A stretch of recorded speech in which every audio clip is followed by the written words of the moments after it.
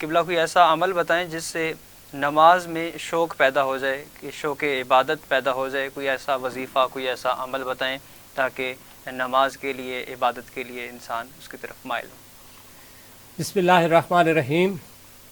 بہت اچھا سوال ہے جی کہ خلوص پیدا ہو جائے عبادت کے لیے، جی تو اس کا آسان سا چھوٹا سا عمل ہے کہ سورۃ توحید یعنی قل ھو اللہ احد اللہ الصمد، یہ سورت، اسے سورۃ توحید بھی کہتے ہیں، سورۃ اخلاص بھی اخلاص کہتے بھی ہیں، اس کو کثرت کے ساتھ پڑھنا شروع کر دیں۔ ٹھیک، یعنی یہ اٹھتے بیٹھتے ہر وقت بے شک پڑھیں، اور یہ عمل کوئی معمولی عمل نہیں ہے۔ ایک دفعہ وحی نازل ہو رہی تھی، اچھا، حضرت ابو ذر غفاری موجود ہیں، جناب جبرائیل وحی کے بعد ارشاد فرماتے ہیں یا رسول اللہ ابو ذر کو میرا سلام کہہ دینا۔ ٹھیک، تو حضور نے فرمایا اے جبرائیل کیا آپ ابو ذر کو جانتے ہیں؟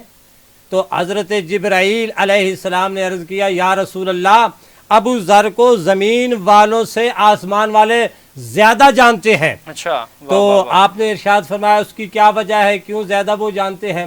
تو جناب جبریل ارشاد فرماتے ہیں کہ ابو ذر ہر وقت سورۃ توحید کا ورد کرتے ہیں۔ سبحان اللہ، تو سبحان اللہ، سورۃ توحید کے ورد سے انسان زمین پر بیٹھا ہوتا ہے لیکن اس کی پہچان آسمانوں میں ہوتی ہے، سبحان اللہ، اور عبادت کے لیے خلوص پیدا ہوتا ہے۔ بہت بہت خوب۔